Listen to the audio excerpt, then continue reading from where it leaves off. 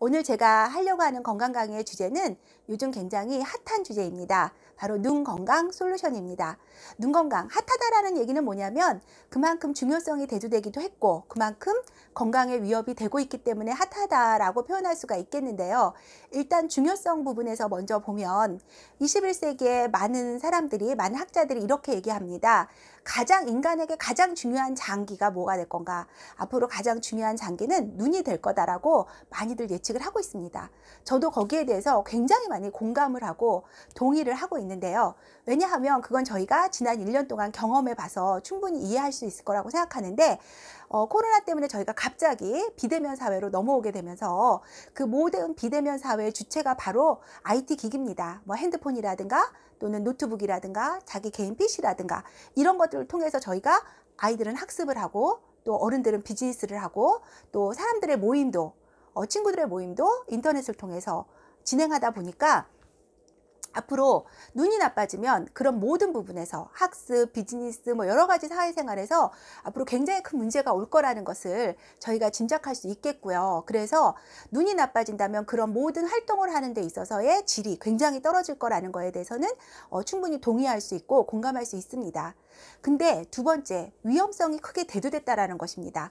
그런 모든 IT 기기들이 우리 눈 건강을 해치는 굉장히 무서운 흉기가 되고 있기 때문에 필요하지만 그만큼 우리에게 눈 건강에 큰 위협이 되고 있어서 앞으로 눈 건강을 어떻게 잘 지키느냐, 이렇게 IT 시대에 우리가 눈 건강을 어떻게 잘 지키느냐는 자기의 삶의 질을 결정하는 데 있어서 굉장히 중요한 포인트가 될 거라고 생각합니다. 그래서 이제 오늘 제가 강의 주제를 눈 건강으로 했고요. 또 무엇보다 아메이가 앞서서 딱 필요하게 그냥 눈에 좋은 건강식품이 아니라 저희 비전 아이들을 비롯해서 플러스 알파에서 눈 건강 솔루션이라는 그 프로그램을 이제 2월 2일 날 출시를 하기 때문에 그것에 대한 상당한 기대감을 가지고 저도 오늘 눈 건강 강의를 준비했고요. 여러분들이 저희 아메이가 2월 2일부터 제공하는 눈 건강 솔루션이 얼마나 과학적이고 합리적이고 놀라운 프로그램인지를 꼭 제 강의를 통해서 이해하셨으면 하는 바람으로 오늘 강의를 준비했습니다. 일단 먼저 그 눈이라는 게 뭐냐, 그걸 좀 알아봐야 되는데요. 눈은 뇌다라고 이야기할 수 있습니다. 눈이 뇌야? 이렇게 생각하실 수도 있는데요. 조금만 생각해 보시면 눈이 낸 거를 금방 알 수 있어요. 우리 눈은 시신경을 통해서 어디랑 연결되어 있죠? 뇌랑 연결되어 있죠. 다른 말로 얘기하면 뇌에서 시신경의 줄을 타고 그 뇌가 밖으로 빠져나온 것이 눈이라고 생각하시면 됩니다. 그래서 눈은 곧 뇌다, 이렇게 이해하시면 되고요. 그 다음에 그러다 보니까 눈을 관리한다라는 것은 다른 말로 하면 뇌를 관리하는 거랑 다를 바가 없습니다. 우리 뇌는 우리 생명을 유지하고 지키고 잘 보존하기 위해서, 또 잘 살기 위해서, 또 성공하기 위해서, 또 행복하기 위해서, 건강하기 위해서 우리 뇌는 끊임없이 지각하고 기억하고 사고하고 판단하고 결정하는 작업을 계속하고 있습니다. 그런데 그걸 하려면 뭔가 데이터가 있어야 되는데 그 데이터는, 뇌한테 필요한 데이터는 사람 몸에서 일어나는 모든 것에 대한 데이터가 필요하고요. 사람 몸 밖에서 일어나는 모든 것에 대한 데이터가 다 필요합니다. 그래서 우리 뇌는 그 두 가지 전령을 만들었는데요. 하나는 척수라는 전령을 만들어서 우리 몸속을 탐색하게 했어요. 그래서 척수 신경을 타고 모든 장기랑 연결이 돼서 우리 몸 세포 단위에서 일어나는 모든 일들에 대한 정보는 척수를 타고 뇌로 이동돼서 뇌가 판단할 수 있게 정보를 제공하고요. 우리 몸 밖에, 외부에서 일어나는 모든 일들은 사람의 눈을 통해서 보고 지각해서 데이터를 뇌에다 넘겨주면 뇌가 그것에 따라서 사고하고 판단할 수 있도록 그 데이터를 뇌는 모으고 있습니다. 그러니까 뇌는 그 눈과 척수를 통해서 우리 몸의 내부의 정보, 또 우리 몸의 외부의 정보를 받아들여서 내 몸을 지키고 유지하고 또 나를 행복하고 성공하는 삶으로 이끌어가기 위해서 내가 어떤 작동을 한다, 이렇게 이해하시면 되겠는데요. 그러니까 세계의 장수 지역, 장수 마을을 돌아보면요, 이제 두 가지 특징이 보이는데, 첫 번째, 소식을 한다는 게 공통적인 특징이고요.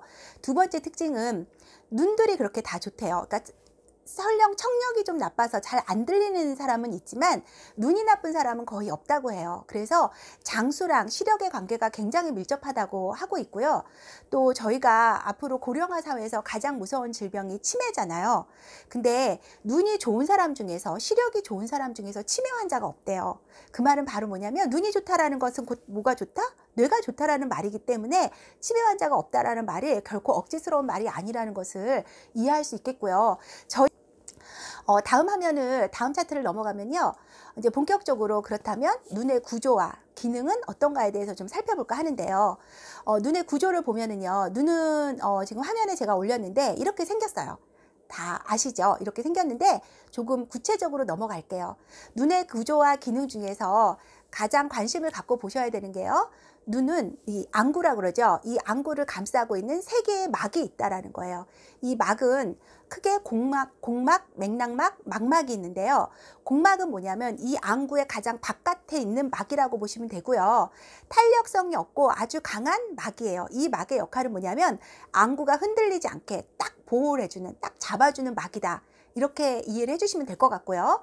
두 번째, 이 공막 바로 밑에 있는 막이 맥락막이라고 해요. 이 맥락막에는 굉장히 많은 혈관이 있어요. 눈에 굉장히 많은 혈관이 있는 거 아시죠? 그래서 저희 피곤하면 핏발 터지고 난리 나잖아요.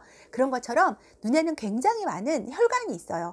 왜냐하면 눈은 뇌기 때문에 뇌는 에너지를 많이 쓰죠. 눈도 에너지를 굉장히 많이 써요.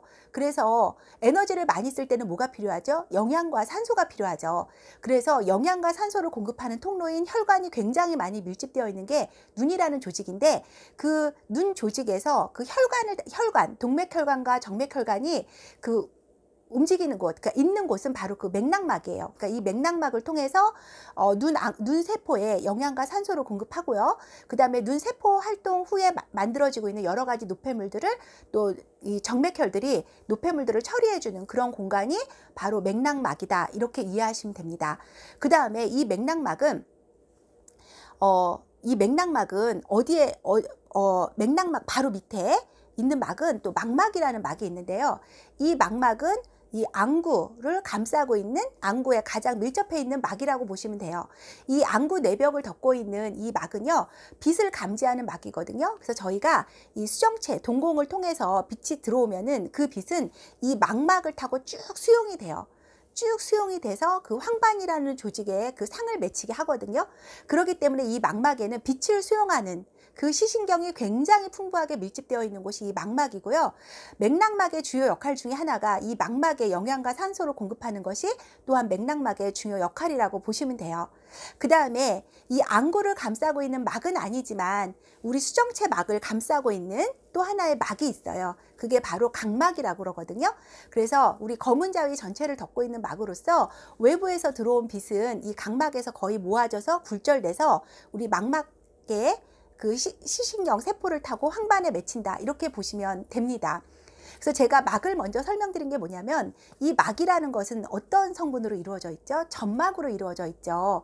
그래서 점막이 건강해야 눈 건강의 가장 기본이 된다. 그걸 제가 강조해 드리고 싶어서, 눈은 여러 막으로 형성되어 있고 이 막이 촉촉하고 튼튼하고 건강해야 눈이 제대로 잘 작동이 되고 있고 눈 건강의 기본 베이스가 될 것이다 라는 이야기를 제가 드리기 위해서 이 막을 제가 먼저 설명드렸고요.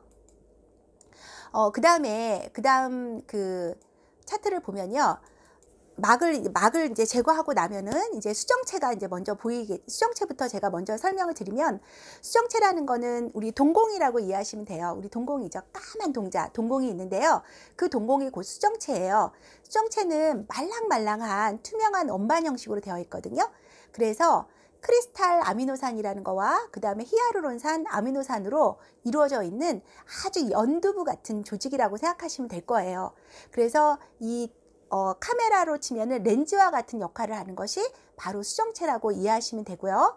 그 다음에 이 카메라 렌즈를 조절하는 거죠. 그 사이즈를 조절해주는, 그래서 빛이 많이 들어오고 적게 들어오는 거를 조정해 주기 위해서 홍채가 작동해요. 그래서 동공의 크기, 이 수정체의 크기를 조절하는 눈의 구조물이고요. 그러다 보니까 근육으로 만들어진 게 바로 홍채 조직이라고 볼 수 있겠고요.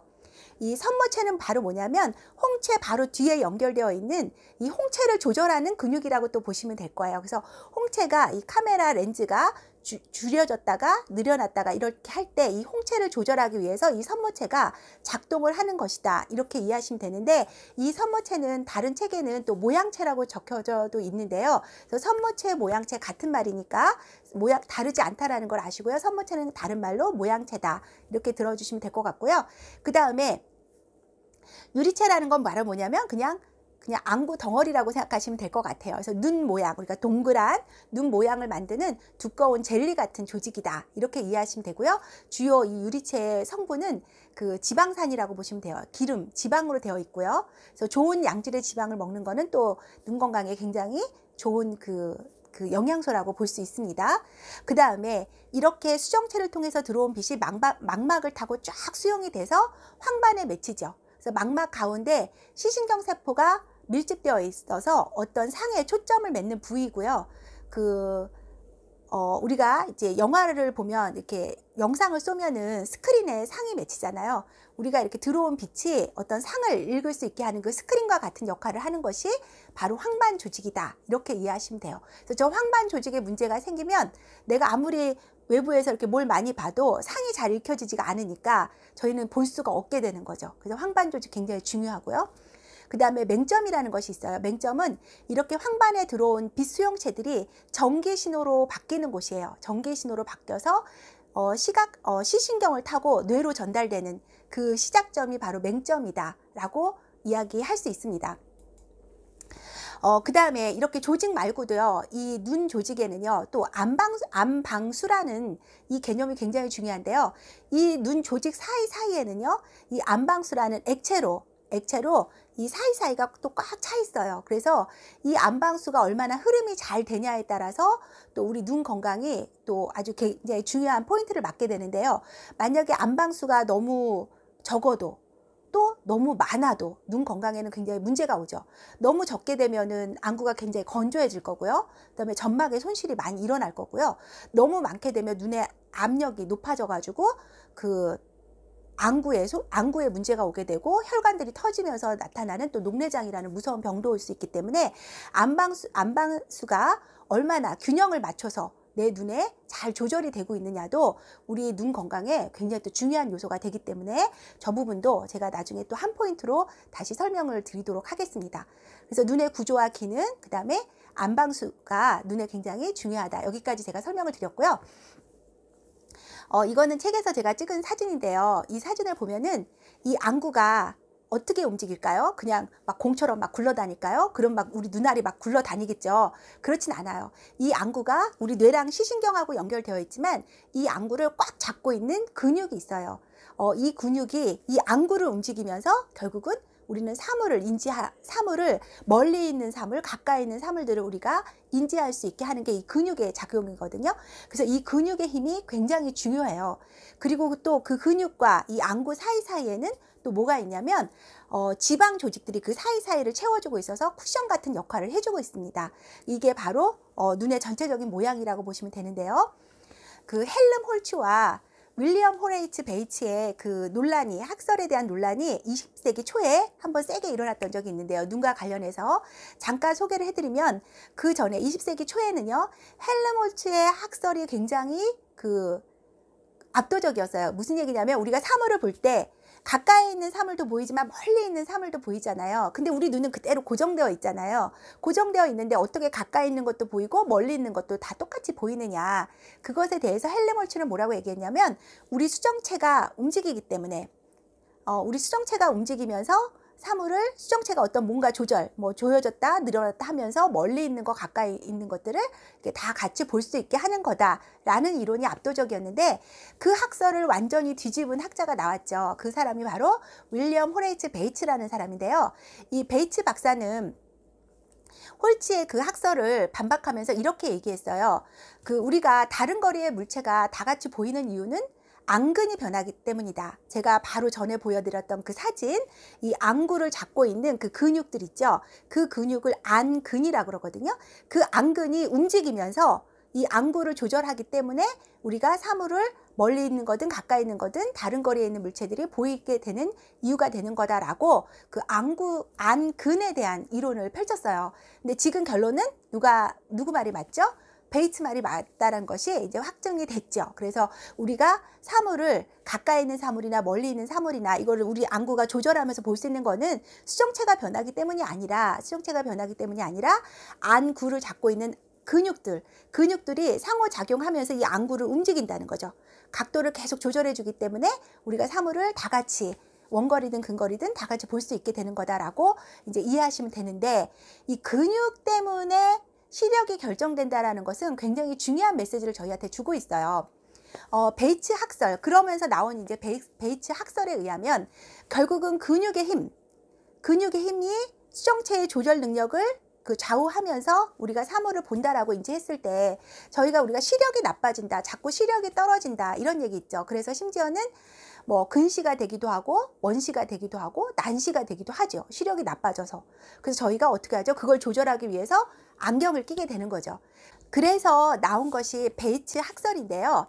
이 베이츠 학설이 유명한 거는요, 안경은 눈을 더 나쁘게, 그러니까 안경을 끼면 눈이 더 나빠진다는 이론이에요. 왜냐하면 베이츠 학설은 이 근육의 작용에 의해서 시력이 결정이 되는 거기 때문에 근육의 어떤 균형에 문제가 왔을 때, 예를 들면 직근, 우리가 멀리 있는 거를 보기 위해서는 직근이 쫙 조여진대요, 뒤에서. 그러면서 이제 안구가 쫙 좁혀지겠죠. 그러면서 멀리 있는 거를 쫙 보게 되는데, 반대로 우리가 책을 본다든가 가까이 있는 걸 보게 되면은 사근이라고 그랬죠. 두 개의 사근인데 사근이 쫙 늘어나면서 안구를 쫙 넓히면서 가까이 있는 걸 이렇게 딱 보게 만들어 준다는 거죠. 근데 저 직근의 균형 또 사근의 균형이 잘 균형이 맞아야 되는데, 근육들 사이에 뭔가 균형이 안 맞았을 때 멀리 있는 게 안 보인다든가 가까이 있는 게 안 보인다든가 뭐 또 둘 다 안 보인다든가 뭐 이런 식으로 문제가 오는 거기 때문에 저 근육 운동을 통해서 얼마든지 근육의 균형을 맞추면 얼마든지 시력은 좋아질 수 있다라는 거예요. 근데 우리가 그렇게 좋아질 기회를 주지 않고 바로 안경을 끼게 되면 근육이 퇴화되는 거죠. 근육이 움직일 필요가 없는 거죠. 그래서 퇴화가 되기 때문에 영원히 그 사람은 눈이 좋아질 기회가 없어지게 될 거고, 그 사람 시력은 점점 떨어질 거라는 게 베이츠 학설이에요. 그래서 그로 인해서 저희가 뭐 시력 강화 운동이라든가 이제 이런 운동법도 나오고 있는데요. 실제 뭐 굉장히 뭐 이 학설에 대해서는 뭐 찬반 여지는 있겠지만, 그런 시력 교정 운동이나 이런 걸 통해서 시력이 좋아지는 케이스도 굉장히 많기 때문에 저희가 내가 좀 시력이 나쁘다 했을 때는 바로 안경을 끼기보다는, 특히 어린아이일수록 이런 다양한 영양소의 섭취라든가 운동법들을 통해서 시력을 개선하려고 하는 노력도 한번 해볼 필요가 분명히 있겠다, 저는 그런 생각이 들고요. 그러면 지금부터는 본격적으로 저희가 흔하게 겪는 이제 눈과 관련한 질환들에 대해서 좀 알아볼까 하는데요. 가장 흔하게는 노안이죠. 이건 나이 먹으면 어쩔 수 없이 오는데요. 요즘 젊은 사람들도 노안 빨리 오는 거 아시죠? 예전에는 45세 이후에 오는 게 노안이라고 하는데요. 요즘 30대 노안도 굉장히 많아요. 그래서 노안은 난시나 근시나 원시하고는 약간 다르게 어떤 근육의 문제가 아니라, 안근의 문제가 아니라 그 수정체의 문제라고 보시면 돼요. 우리 빛을 받아들이는 수정체가 탄력이 있어야 되는데, 얘가 나이가 들면서 탄력이 떨어지는 거죠. 탄력이 떨어져서 이게 수축될 때 잘 수축이 안 되는 거예요. 수축이 딱 돼야지 가까이 있는 게 이렇게 딱 보이는데, 수축이 딱 안 되다 보니까 멀리 있는 거를 보는 건 상관이 없는데 가까이 있는 거를 볼 때 흐릿하고 잘 안 보이게 되는 현상이 노안이라고 이야기를 합니다. 그래서 노안을 예방하려면 이 수정체의 힘이 수정체를 잘 관리하는 게 굉장히 중요하겠죠. 그러면 노안은 어쩔 수 없이 사람이 나이를 먹게 되면 노안이라는 어떤 자연 현상을 맞이하게 되는데, 최대한 그 노안을 늦추고 싶잖아요. 그리고 이 노안을 방치해서 저희가 자꾸 안경을 끼다 보면은 아까 얘기했듯이 안근의 힘들이 약해지기 때문에 궁극적으로는 저희가 뭐 근시라든가 뭐 원시 같은 것들이 궁극적으로 또 오게 돼서 시력 저하까지, 그러니까 나중에는 멀리 있는 것조차도 안 보이게 되거든요. 그래서 그걸 막으려면은 최대한 노안을 늦추고 또 상황이 악화되는 걸 최대한 막기 위해서는 저희가 그 몇 가지 또 개념을 알으셔야 된대요. 근데 그 몇 가지 개념들이 뭐냐면, 안근을 단련하는 훈련이 늘 저희가 일상적으로 이루어져야 된다는 거예요. 근데 안근을 단련하는 훈련은 바로 뭐냐면, 일상적으로 이루어지는 가장 안근을 단련하기 쉬운 운동은 바로 뭐냐면 눈을 깜빡이는 거래요. 저희는 당연히 깜빡이죠. 안 깜빡거리는 사람이 어디 있겠어요? 다 깜빡이는데요. 어떨 때 안 깜빡거릴 때가 있어요. 어떨 때냐면요. TV를 본다든가 책을 읽는다든가 핸드폰을 볼 때 저희 굉장히 집중해서 보거든요. 굉장히 집중하면은 저희가 그걸 주시한다 그러죠. 주시. 그래서 눈 건강에 가장 나쁜 게 주시라는 거예요. 주시. 어떤 하나를 굉장히 집중해서 보게 되면은 깜빡임이 멈추면서 근육이 굉장히 경직되어 있는 거죠.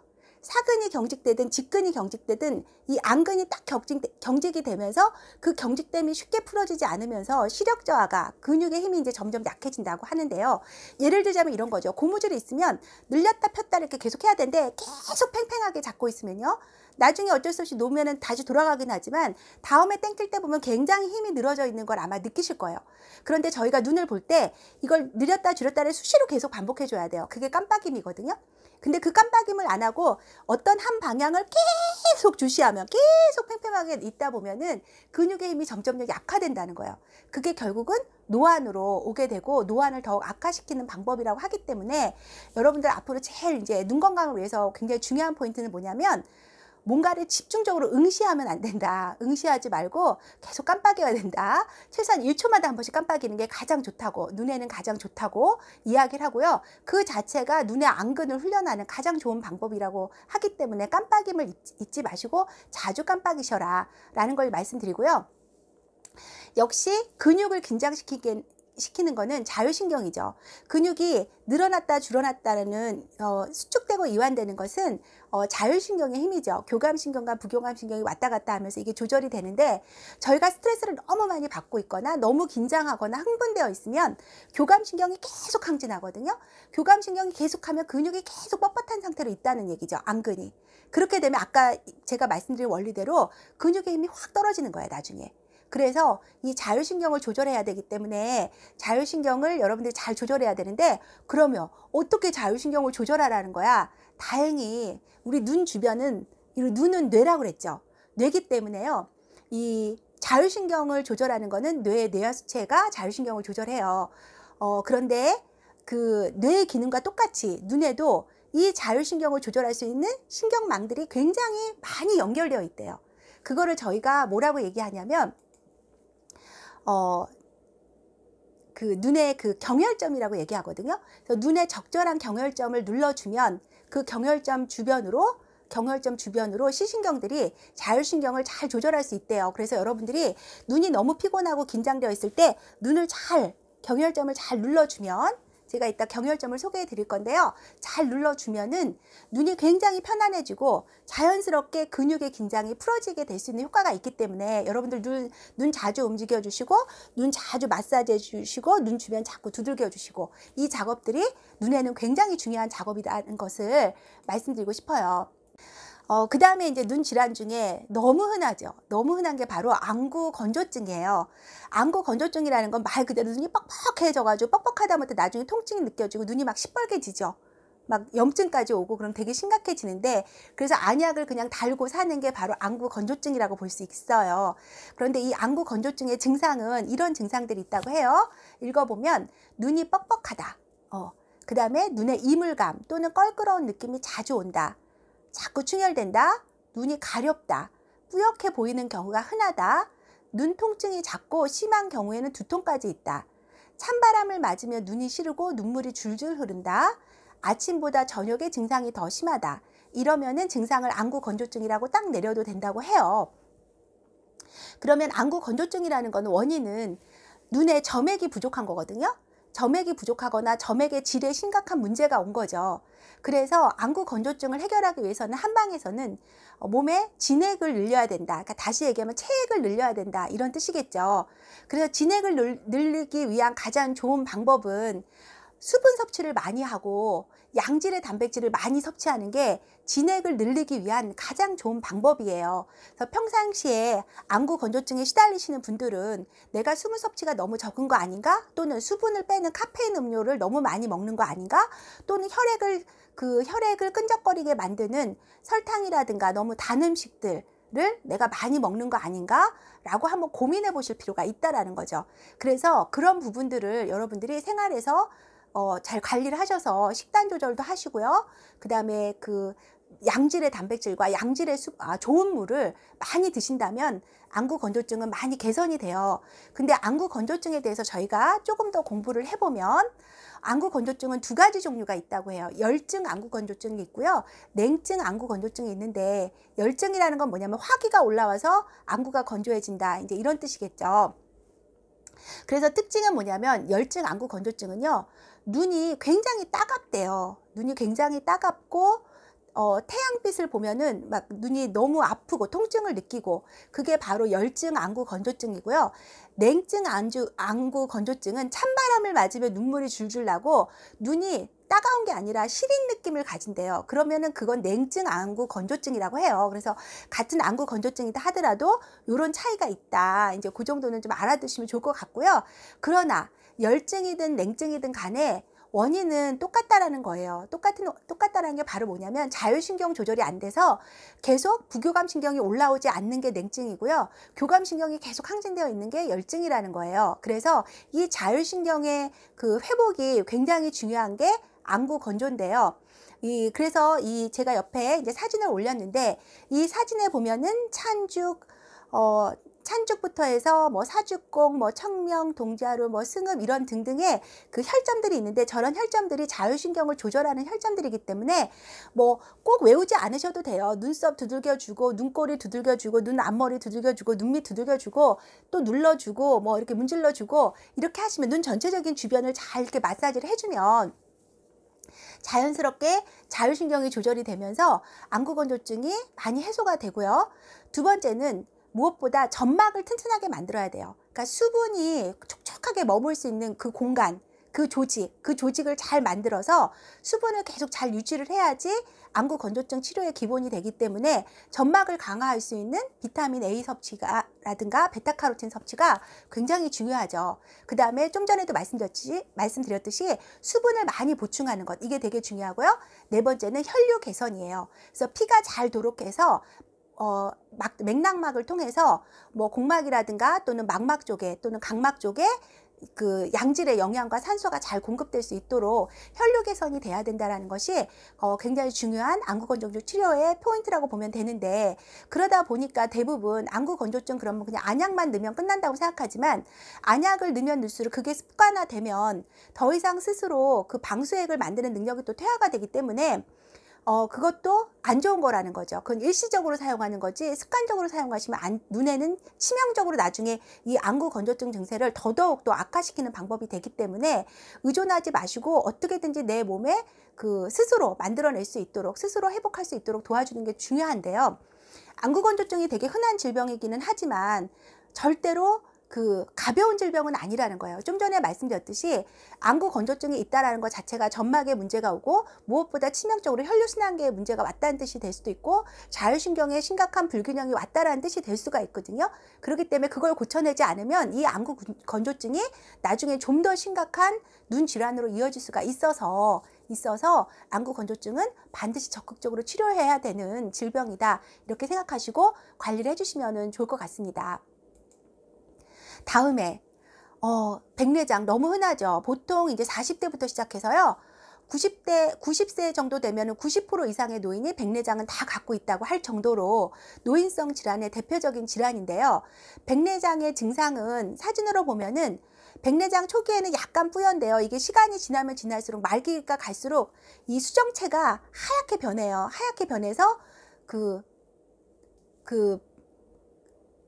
좀 무섭죠, 눈이. 이제 저런 모습으로 바뀌는데, 시야가, 백내장 증상은 이 수정체에는 그 혈관이 없거든요. 그래서 통증을 느끼지를 못해요. 이 맥락막에서 주는 영양과 산소를 가지고 이 수정체는 그 영양 활동을 하기 때문에 그 신경의 통증을 못 느껴요. 통증을 못 느끼다 보니까 저렇게 수정체가 저렇게 조직이 망가질 때까지도 우리 눈은 통증을 못 느끼거든요. 그래서 백내장 치료가 어려운 이유가 뭐냐면 자각을 잘 못하는 거죠. 아까 얘기했듯이 그냥 초기에 저렇게 뿌옇게 보이는 게 내가 지금 눈이 나쁜가 보다, 또는 내가 노안이 와서 이런가 보다, 이런 식으로 그냥 무시하고 넘어가다가 나중에 심각해지는 거거든요. 그래서 저런 증세가, 초기 증세가 있을 때 빨리 가서 치료를 받는 것이 굉장히 중요한데요. 백내장의 증상을 그러면 통증은 못 느끼지만 증상은 있다라는 거죠. 그래서 어떨 때 내가 백내장이라고 의심을 해야 되냐면 눈이 너무 부신 거예요. 그러니까 햇볕을 보면 눈이 너무 부시면 그게 백내장의 초기 증세라고 해요. 왜냐하면 수정체라는 공간 아까 말씀드렸듯이 빛을 통과시키는 렌즈와 같은 공간 조직이라고 말씀드렸잖아요. 근데 그 수정체는 생각만 해도 아주 연하고 아주 투명한 조직이란 말이에요. 그 연하고 투명한 조직은 연한 단백질 조직으로 만들어져 있거든요. 그 연한 단백질 조직이 자외선이라든가 이런 것에 의해서 변성이 일어나는 거예요.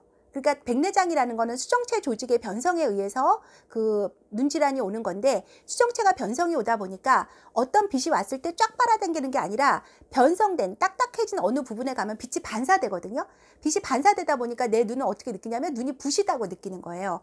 그래서 자꾸 내가 지나치게 햇볕을 보면 눈이 너무 부시고 막 눈물이 난다 그러면은 한번 백내장을 의심해 볼 필요는 있다. 그래서 진단을 한번 받아보시라, 이렇게 말씀드리고요. 그 다음에 두 번째는 안개 낀 것처럼 수정체가 뿌얘지면서 밖을 바라볼 때 이렇게 뭐가 낀 것 같은 느낌, 이물감을 느끼면서 뿌옇게 보이는 것이 백내장 증상이고, 세 번째는 사물이 약간 겹쳐 보인다고 해요. 그래서 이런 것들이 백내장 증세인데요. 아주 좋은 방법인데, 어쨌든 나이가 들어갈수록 이 활성산소의 공격에 의해서 수정체 조직이 자꾸 변성이 일어나거든요. 근데 그 활성산소의 이름이 바로 과산화수소예요. 이 수정체는 거의 물 같은 조직이거든요. 그래서 이 안에 물이 굉장히 많아요. 그러니까 톡 터지게 생긴 조직이잖아요. 그래서 과산화수소가 많은데, 이 과산화수소는 수정체 조직을 즉각적으로 변성을 일으키는 독성 활성산소이기 때문에 우리 수정체에는 생각보다 이 조그만 조직에 이 활성산소를 막는 어마어마한 항산화 물질이 직결되어 있는 곳이 수정체이기도 해요. 왜냐하면 또 한편으로 납득이 되는 게, 우리 모든 장기들은 피부나 뼈에 의해서 보호되고 있잖아요. 외부의 활성산소로부터. 그런데 이 눈만큼은 아무 보호 조직이 없이 그대로 직방으로 외부의 활성산소가 그대로 들어오잖아요. 그래서 우리 몸은요, 이 눈에다가 엄청난 영양소를 직결시켜 놨어요. 그래서 생선도 눈알을 먹어야지 뭐 영양소를 많이 섭취하는 거다 그렇듯이, 사람도 눈알에 영양소가 되게 많아요. 그 눈에 있는 영양소에 항산화 영양소들이 굉장히 많은데, 특히 이 수정체에 집중적으로 많은 것이 비타민 C예요. 그래서 우리 몸에서 가장 고농도의 비타민 C가 있는 장기 조직이요, 이 수정체 조직이에요. 그래서 수정체는 뽑아가지고 딱 즙을 짜면은 그 자체가 고농도의 비타민 C라고 할 정도로 비타민 C를 가장 고용량으로 함유하고 있는 조직이 수정체거든요. 근데 눈이 망가진다라는 것은 결국 비타민 C 함량이 떨어진다는 거예요. 비타민 C 함량이 떨어지면서 수정체를 보호할 수 있는 항산화 영양소가 줄어들면은 수정체가 활성산소에 의해서 변이가 일어나서 저렇게 하얗게, 우리가 생선 이렇게 뜨거운데 탁 굽고 뒤집으면 하얗게 변해 있듯이 우리 수정체 이 연한 단백질도 저렇게 하얗게 변해가는 것이 백내장 증세라고 볼 수 있어요. 그래서 대부분은 백내장 그러면 뭐 그냥 요즘 같을 땐 백내장 수술하면 되지 이렇게 쉽게 생각하시지만, 사실은 그 뒤에 문제가 더 심해요. 백내장 수술하고 나면요, 이렇게 그 수정체를 깎아내는 거기 때문에 이 조절 능력에 문제가 오면서 몇 년 후에는 반드시 이게 원시로 진행이 된대요. 그 다음에 나중에는 이게 황반 변성을 일으키는 주요 원인이 돼서, 보통 백내장 수술하고 나서 2, 3년 내에 황반 변성으로 진행되는 경우가 굉장히 많아서, 백내장 수술은 가능하면은 어쩔 수 없으면 해야 되지만, 가능하면은 예방할 수 있으면 우리는 최선을 다해서 예방하는 게 백내장이라고 볼 수가 있어요. 그래서 백내장을 위한 그 영양 솔루션을 말씀드리면, 가장 중요한 건 비타민 C예요. 나이가 들수록 체내의 비타민 C 함량이 차고 넘치도록 저희는 먹어야 될 것 같아요. 너무 쓸 때가 많은 것 같아요. 그래서 비타민 C는 수정체 항산화 영양소로서 가장 중요한 영양소고요. 또 셀레늄은 그 눈에서 생기는 과산화수소를 분해하는 그 글루타치온의 성분이기 때문에 셀레늄도 백내장의 영양 솔루션에 꼭 필요한 영양소가 될 수 있겠고요. 또 그 검은 색깔, 적자주색을 띠고 있는 안토시아닌이라는 식물 영양소, 여러분들 너무 잘 아시죠? 저희 BDH 블렌드를 통해서 저희가 익숙한 그 안토시아닌이라는 그 식물 영양소는 그 자체가 모세혈관을 튼튼하게 하고 모세혈관을 뚫어주는 영양소이기도 하지만, 눈에 강력한 항산화 영양소이기도 해요. 그래서 검은색 음식이 눈에 좋다는 건 우리가 너무 잘 알고 있고요. 그 검은색 음식이 눈에 좋은 이유는 바로 저 안토시아닌 성분 때문에 그렇거든요. 그래서 백내장을 예방하는 중요한 항산화 영양소로 안토시아닌도 꼭 여러분들이 미리미리 챙겨 드시는 습관이 굉장히 중요할 것 같아요. 다음에는 이제는 무섭죠. 그냥 백내장까지는 그냥 늙으니까 라고 그냥 저희가 받아들일 수 있겠지만, 녹내장부터는 잘못하면 정말 실명이거든요. 그래서 녹내장에 대해서는 저희가 좀 더 이렇게 세심하게 미리미리 공부를 해볼 필요가 있는데요. 정상 안구가 저렇다면 녹내장은 뭐냐면, 이 아까 그 방수, 눈에 있는 그 눈 안에 있는 물이 되게 중요하다라고 말씀을 드렸어요. 저희가 사람도 일정한 혈압을 유지해야 되잖아요. 일정한 혈압을 유지해야 되는데 안구도 마찬가지라는 거죠. 일정한 압력을, 안압을 유지해야 되는데, 그 안압이 물이 너무 많아지면, 그 방수액이 이 안구 안에 너무 들이차면 그 물의 압력으로 인해서 이 안압이 높아지면 안구가 찌그러지면서 뭘 눌러버리냐면 시신경을 자꾸 눌러요. 시신경을 누르게 되면서 시신경이 함몰되거나 파괴되기 시작하면서 빛을 보더라도 그 시신경을 뇌로 전달을 그 시신경을 통해서 상을 전달을 못하다 보니까 우리 뇌에서는 보지를 못하는 거죠. 결국은 보려면 뇌가 봐야 되는 거거든요. 그 뇌가, 그 시신경이 망가지면 뇌가 읽지를 못해서 결론은 뭐다? 그 실명을 하게 되는 거죠. 그래서 이 녹내장은 이렇게 안구가 녹색으로 보인다 그래서 녹내장이라고 하는데요. 이 안구가, 이 수정체가, 이 홍채나 수정체가 녹색이 되는 건 아니고요. 여기 보면 주변에 그 망막이 그 빨갛죠. 이게 뭐냐면, 이렇게 안압에 의해서 혈관이 터져요. 혈관이 터지면서 눈알이 빨개지니까 이 눈동자가 상대적으로 보색 효과에 의해서 이 눈동자가 상대적으로 초록색으로 보여서 이걸 녹내장이라고 하거든요. 근데 녹내장도 그 녹내장의 그 증세가 있어요. 녹내장의 증세, 백내장의 증세는 뿌얘지는 게 증세라고 한다면, 녹내장은 이렇게 주변 조직이 이렇게 시커매지기 시작하는 거예요. 그러니까 이걸 터널 증후군이라고 하는데요. 저희가 터널을 통과할 때 보면 저기 앞에는 빛이 보이지만 주변은 까맣잖아요. 녹내장의 증세가 이렇게 주변부부터 이렇게 까매지기 시작한다는 거죠. 그래서 점점 까매져서 완전히 까매지면 이제 완전히 실명을 하게 되는 게 녹내장의 증세거든요. 그런데 이 녹내장도요, 두 가지의 그 녹내장의 종류가 있대요. 하나는 고안압 녹내장이 있고, 두 번째는 정상 안압 녹내장이 있는데, 저희가 대부분 녹내장 하면은 이 고안압 녹내장에 대해서 많이 알고 있어요. 고안압 녹내장은 바로 뭐냐면, 눈 속을 채우고 있는, 아까 얘기했듯이 그 방수액이 들어왔다가 잘 빠져나가야 되거든요. 들어오는 공간과 빠져나가는 공간이 어디냐면은 저희 홍채 밑에 있는 아까 모양체 근육 밑에서 방수액이 나와서 이렇게 쭉 눈을 돌고 거기로 다시 빠져나가야 돼. 그 바로 옆에 있는 방출구로 다시 빠져나가야 되거든요. 근데 방수는 되는데 방출 부분이 웬일인지 막히는 거예요. 막혀가지고 이게 안 빠져나가니까 방수액이 이 안구 안에 점점 들어차면서 안구를 누르면서 그 압력에 의해서 시신경이 망가지는 것, 이게 바로 고안압 녹내장인데요. 실제로 병원에 가서 안압을 체크했을 때 안압이 높지 않은데도 녹내장이 발생하는 경우도 있어요. 그걸 저희는 정상 안압 녹내장이라고 하거든요.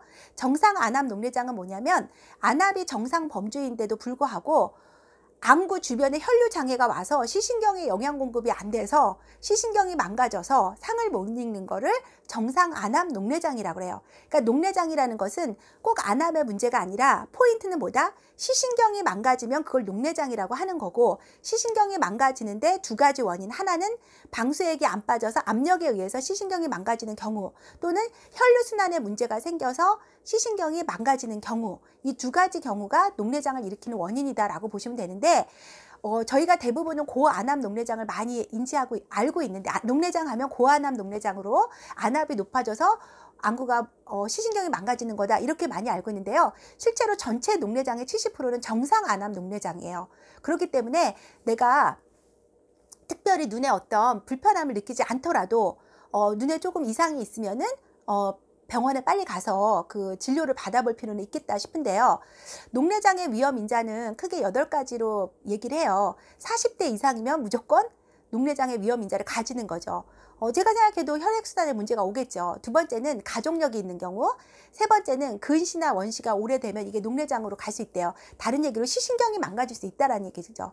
그 다음에 네 번째는 눈의 염증이 반복되는 경우, 다섯 번째는 눈을 심하게 예전에 다쳐갖고 시신경에 손상을 받았을 수가 있다라는 거죠. 그럴 경우에 녹내장이 올 수 있기 때문에 그 위험 인자를 갖고 있다라고 볼 수 있고요.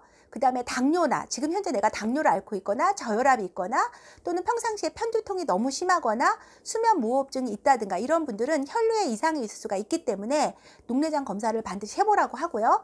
그 다음에 스테로이드 연고 있죠. 스테로이드 연고를 장기간 사용하신 분들, 특히 그 아까 얘기했듯이 눈이 막 그 뻑뻑하고 충혈된다 그래갖고 그 안약, 스테로이드제 안약 많이 쓰시는 분들이 있거든요. 아주 그냥 상습적으로 쓰시는 분들이 있는데 그런 분들 장기적으로 오래 쓰시게 되면은 시신경 망가져서 녹내장을 완전히 실명할 수가 있어요. 그래서 그 안구건조증에서 잡힐 거를 나중에 녹내장까지 연결되는 거가 있기 때문에 아까 제가 안구건조증도 몸이 굉장히 나빠진 혈액순환이 안 되고 있는 대표적인 증세니까 빨리 관리하시고 치료하셔야 된다라고 얘기했던 게 바로 녹내장까지 오지 않게 하기 위함이고요. 그 다음에 8번째는 백내장 치료도 방치하지 않고 오랫동안 놔두면은 이게 녹내장으로 이동한다고 해요. 그래서 이런 경우에는 이제 그 관리가 필요한, 그러니까 병원에서 정기적인 검진이 필요하다 이렇게 인지하시고요. 대부분 만성적으로 진행되는 녹내장은 거의 통증을 못 느낀대요. 그러다가 말기에 뭔가 이렇게 주변이 까매지면서 이상하다 그래갖고 병원 갔는데 말기 녹내장이어서 그때부터 손 쓸 수가 없게 치료가 안 되는 경우가 있는데 그렇게까지 방치하지 마시고 증세가 없고 통증이 없다고 방치하지 마시고요.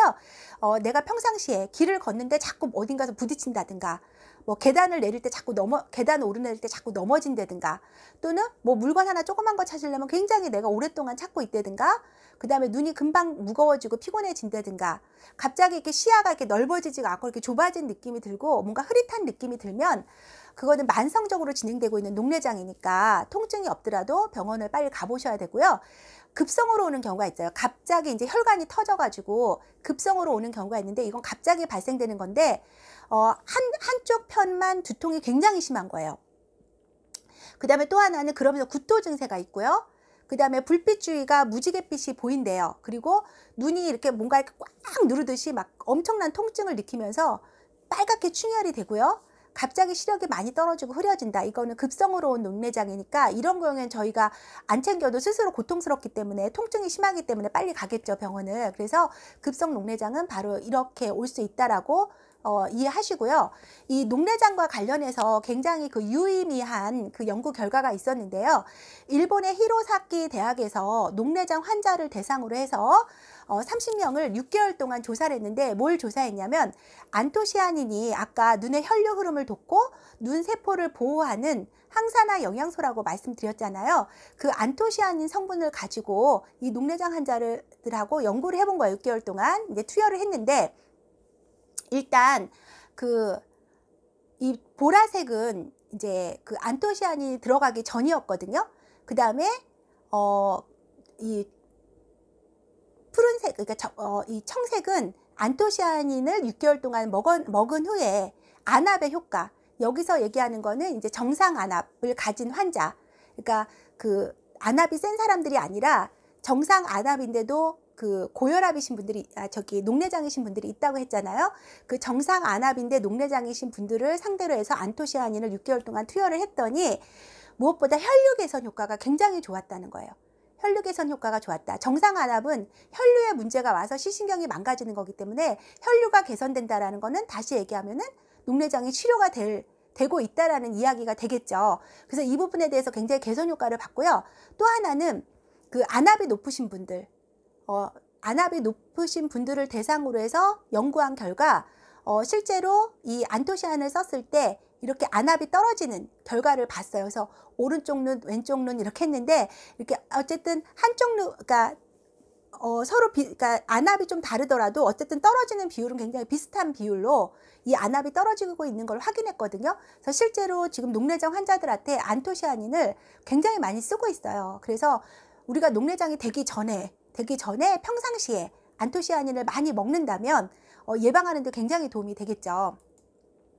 그래서 녹내장의 영양 솔루션을 보면 대부분 저도 많은 전화를 받았어요. 녹내장과 관련해서. 근데 우리가 기본적으로 알아야 되는 거는 이 영양소로 봤을 때 비타민 A, 녹내장에 아까 얘기했듯이 안압이 높아지는 게 방수액이 빠지지 않아서라고 얘기했잖아요.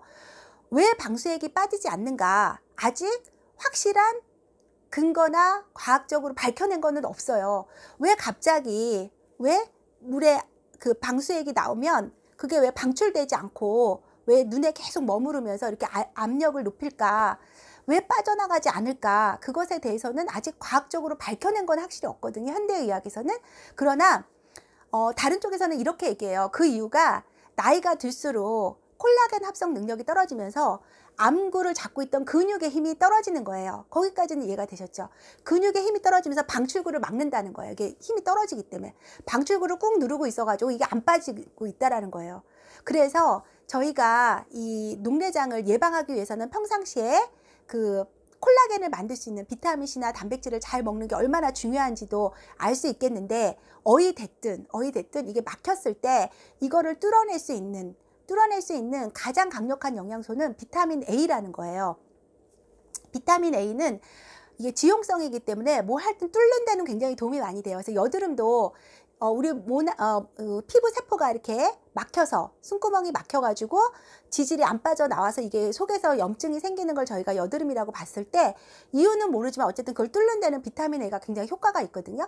마찬가지로 이 탈수, 눈의 배출구가 이 막혀 있을 때 그 막힌 걸 뚫어내는 역할을 하는 것은 비타민 A의 기능이 굉장히 뛰어나다는 거예요. 그래서 녹내장의 영양 솔루션에 비타민 A가 꼭 들어가야 되고요. 또 시신경이 망가지면서 앞을 볼 수 없게 되는 게 녹내장이기 때문에 비타민 B군은 특히 이 시신경 세포, 그러니까 뇌세포도 보호하지만 시신경 세포도 엄청나게 보호하는 게 바로 비타민 B군들이거든요. 특히 비타민 B1, B3, B12 같은 경우는 대표적으로 시신경을 보호하는 대표적인 비타민 B군들이에요.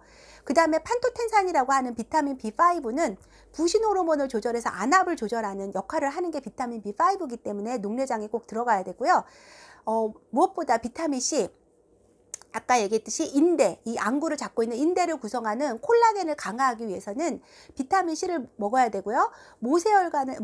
눈의 모세혈관은 콜라겐으로 만들어져 있잖아요. 그래서 모세혈관을 튼튼하게 만들고 그 혈관을 통해서 영양과 산소 공급, 노폐물 처리가 잘 되기 위해서는 역시 비타민 C를 많이 드셔야 된다.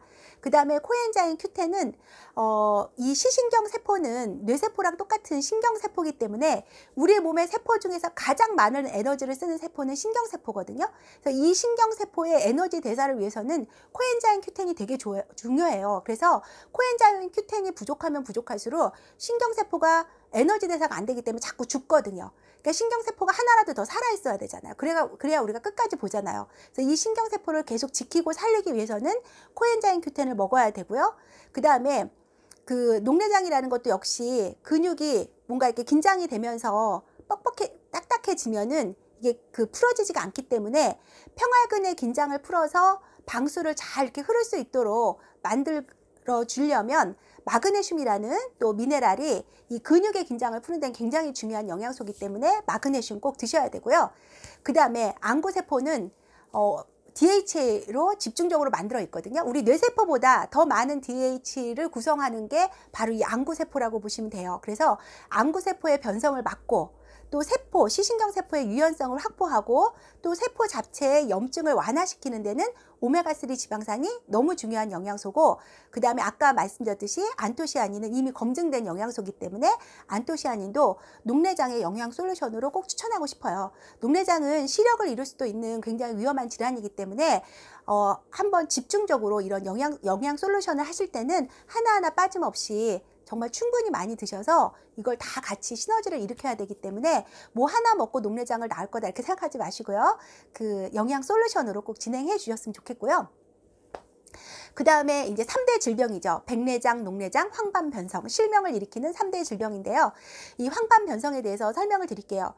황반변성은 녹내장은 주변이 까매지는 거라 그랬죠. 황반변성은요, 중심부가 까매지는 질환이 황반변성이라고 보면 돼요. 그래서 실명은 결국은 궁극에는 둘 다 실명인데, 얘는 겉에서 까매지면서 이제 나중에 완전히 이제 문을 닫는 거고, 황반변성은 가운데가 까매지면서 이게 점점 퍼지면서 이제 나중에 문을 닫는 게 황반변성의 시야라고 보시면 돼요. 그래서 정상적으로 보이던 것들이 어느 순간 갑자기 이렇게 상이 막 틀어져서 보이다가 어느 순간 가운데가 이렇게 검은 부분이 딱 보이기 시작하면은 황반변성이 이제 거의 말기로 진행되고 있다, 이렇게 이해하시면 되는데요. 네, 그러면 황반이란 어떤 조직인지 한번 알아보도록 하겠는데요. 황반이란 우리 눈에서 수정체를 들어온 빛이 망막을 타고 쭉 들어오면 망막이 그걸 딱 수용해서 들어오면 그 가운데에 그 빛이 모여서 어떤 상을 읽는데, 그 상을 읽는 곳이 바로 망막이라고 보시면 돼요. 그래서 그 극장에서 보면은 스크린과 같은 역할, 그 다음에 카메라로 치면 필름에 해당되는 곳이 바로 황반이라는 조직인데요. 그러다 보니까 우리 이 시각에선 가장 중요하죠. 거기에 맺힌 상이 전기신호로 바뀌어서 그 시신경을 타고 뇌로 가서 뇌에서 사물을 인식하는 거기 때문에 황반의 상을 잘 못 읽으면은 결국 우리는 볼 수가 없게 되는 거거든요. 이 황반이라는 조직이 굉장히 중요하죠. 그러다 보니까 이 황반에는 어마어마한 그 시각세포들이 모여 있는데 한 600만 개 가량의 그 시각세포들이 모여 있다고 해요. 그런데 이 황반은 황반이 이제 망가져서 오는 병을 우리가 황반변성이라고 하는데, 크게 건성이 있고요, 습성이 있대요. 이게 건성이라는 건 바로 뭐냐면, 이 황반 조직 밑에 그 망막 조직 바로 밑에 맥락막과 망막 그 사이에 노폐물이 끼는 거죠. 노폐물이 껴서 그 노폐물이 망막 속에 이 시각세포들을 조금씩 그 손상시켜 나가는 것을 건성 황반변성이라고 해요. 다시 얘기하면 노폐물 처리가 안 되는 거죠. 혈액순환이 안 된다라고도 이야기할 수 있는데요. 혈액순환이 제대로 안 되니까 영양과 산소 공급을 받은 세포가 만들어낸 노폐물을 정맥혈이 잘 가져가질 못하는 거죠. 그래서 노폐물이 너무 많이 쌓여서 이 노폐물에 의해서 황반 조직이 손상돼 나가는 것을 건성 황반변성이라고 하고요. 습성 황반변성은 그 망막과 맥락막 사이에 그 맥락막에는 굉장히 무수한 혈관이 있어서 그 혈관을 통해서 망막에 있는 시신경 세포들이 영양과 산소 공급을 받는다고 아까 말씀드렸잖아요. 그리고 신경세포는 엄청난 에너지를 쓰는 게 신경세포기 때문에 에너지 사용을 굉장히 많이 해야 돼요. 그러니까 영양과 산소를 굉장히 많이 받아야 되다 보니까 주변에 엄청난 혈관 조직이 몰려 있고, 특히 황반 주변에는 엄청난 혈관이 몰려 있거든요. 그래서 이 혈액순환이 잘 되면 상관이 없는데 혈액순환이 안 돼서 혈관이 막혀요. 이게 자꾸 막히다 보면 황반에 영양 공급을 못 하잖아요. 그러면 시신경 세포들이 죽잖아요. 죽으면 안 되잖아요. 상을 못 읽으니까 우리 몸은 비상도로, 우회도로, 막히면은 우회도로를 뚫는 거예요. 그 우회 비상도로가, 그 비상도로를 만드는 것을 우리가 신생혈관이라고 하고요. 그 신생혈관들이 망막 속을 막 뚫고 들어오는 거예요. 뚫고 들어와서 거기서 막 터져요. 터져가지고 막 혈전을 만들다 보니까 앞이 잘 안 보이고 막 중간중간 막 검게 보이고 막 이제 이런 현상들이 발생이 되는 거거든요. 그러면서 황반 조직을 망가뜨려 나가는 것을 습성 황반변성이라고 해요. 그러니까 이 건성이든 습성이든 간에 둘 다 원인은 뭐다? 혈액순환에 문제가 온 거죠. 피가 탁해서, 그리고 혈관이 약해서 오는 게 바로 황반변성인데, 이거 외에도 또 다른 변성을 일으키는 굉장히 위험 요소가 지금 등장했어요. 그게 바로 뭐냐면 우리가 청색광이라고 알고 있는 블루라이트죠. 블루라이트는 그 전자기기에서 나오는 푸른색 빛이라고 얘기하는데 굉장히 고에너지를 내뿜는다고 해요. 그런데 우리가 자연광에서 이렇게 자외선 안 좋죠. 자외선 안 좋지만 자외선을 받아도요, 이 수정체에서 이 자외선을 차단을 해요. 거의 다 차단을 하기 때문에 크게 뭐 눈에 큰 피해는 안 가거든요. 일부 들어가게 되면 또 눈 안에 있는 엄청난 항산화 영양소들이 그 자외선들을 또 이렇게 처리를 해주는데, 이 블루라이트는 문제는 뭐냐면 그냥 수정체를 통과해요. 그냥 수정체를 통과해서 어디를 직방으로 넘어간다? 황반 조직을 그냥 가서 뚫고 들어간다는 거죠. 그래서 이 블루라이트를 저희가 자꾸 쬐게 되면 우리 황반 조직이, 우리가 그 극장에 있는 스크린이 가서 이렇게 못으로 자꾸 찌르는 거랑 똑같은 거예요. 지금 나중에 점점 찍히면 나중에 너덜너덜해지겠죠. 그래서 무슨 상을 보내도 상이 잘 안 읽혀지겠죠. 그런 것처럼 황반 변성이 지금 일어나고 있다라는 거예요. 그래서 혈액순환의 문제가 아니라, 과거에는 혈액순환 때문에 황반 변성이 온다라고 얘기를 했다면 최근에는 압도적으로 블루라이트 때문에 이 황반의 건강에 지금 심각하게 위험을 받고 있어요. 그래서 우리가 황반 조직을 잘 지키는 게 굉장히 중요한데, 그럼 황반 조직을 지키기 위해서 우리가 뭘 알아야 되느냐? 저희가 알아야 되는 거는 바로 루테인이라는 영양소예요. 이 황반 색소와 루테인은 굉장히 그 밀접한 관계가 있는데, 그 황반이라는 조직이 그 황이 누르황이거든요. 누렇다라는 건데요. 실제로 누렇대요. 노랗대요. 근데 그 노란 성분이 바로 루테인 성분이에요. 그러니까 황반 조직을 만드는 성분이 루테인인데, 루테인은 어디 많이 들어있냐면 녹황색 야채에 많이 들어있거든요. 특히 황색 야채에 많이 들어있죠. 당근 같은 데 많이 들어있죠. 그래서 그걸 많이 먹으면 눈이 좋아진다고 얘기를 하는데, 어쨌든 그 노란 색깔을 띠고 있는 그 루테인 성분, 그 루테인 성분은 황반 조직을 만들기도 하고 복구하기도 하고 황반 조직을 튼튼하게 만들기 때문에 루테인 섭취를 꾸준하게 해주면 저희가 이렇게 혈액순환이라든가 또는 블루라이트에 의해서 자극받는 이 황반이 잘 유지가 될 수 있고요.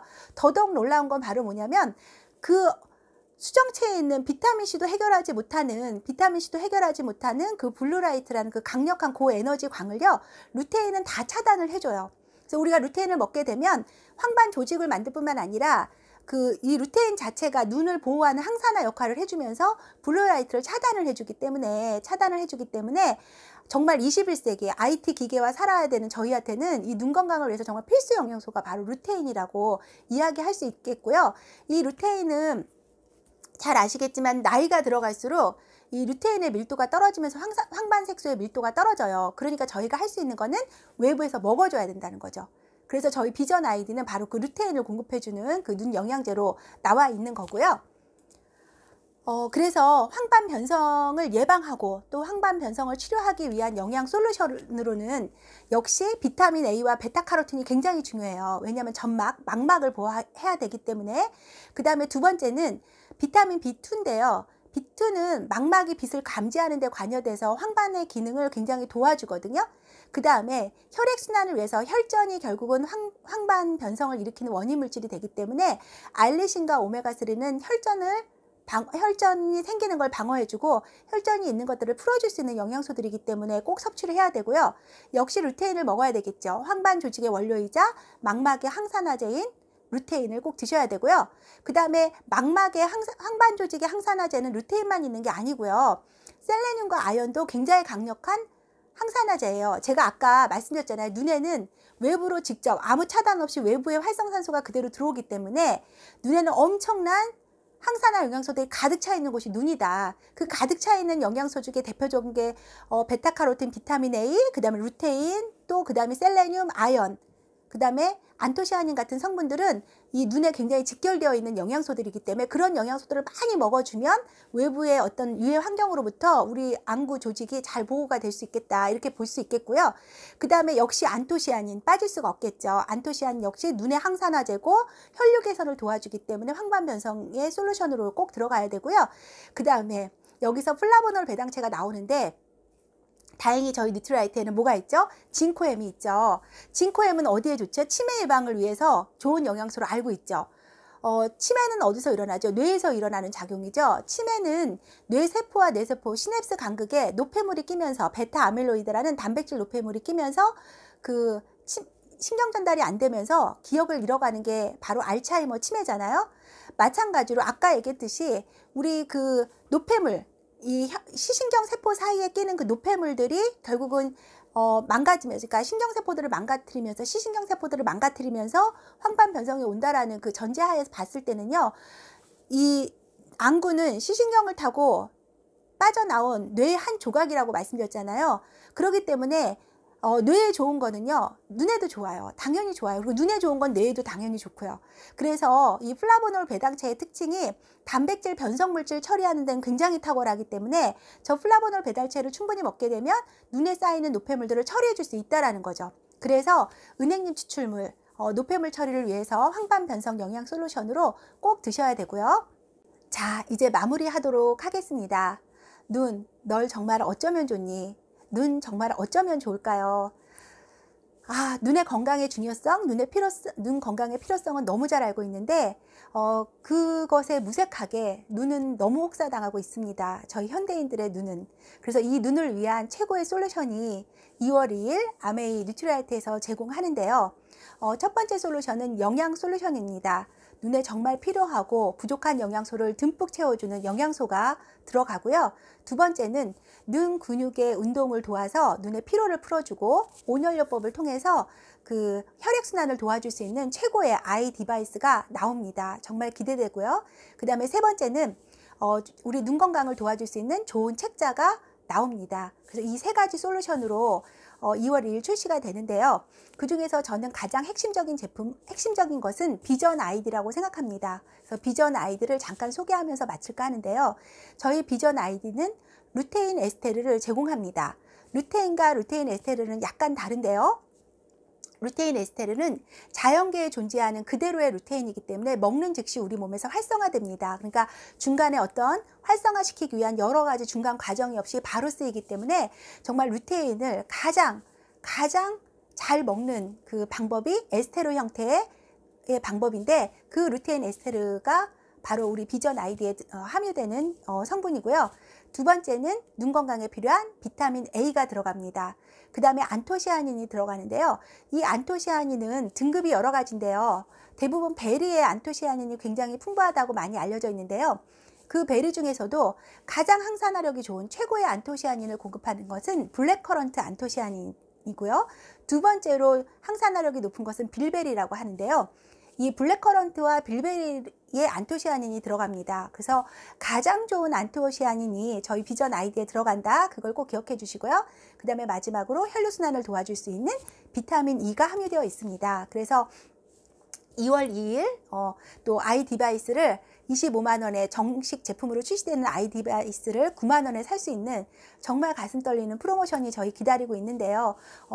많은 분들에게 소개하셔서 여러분들 정말 소중한 눈, 이 소중한 눈을 잘 지켜서 예쁜 거, 아름다운 거, 좋은 거 많이 오랫동안 볼 수 있는 그런 삶을 저희가 잘 살 수 있도록 노력했으면 좋겠습니다. 장시간 제 강의 들어주셔서 감사합니다. 마치겠습니다.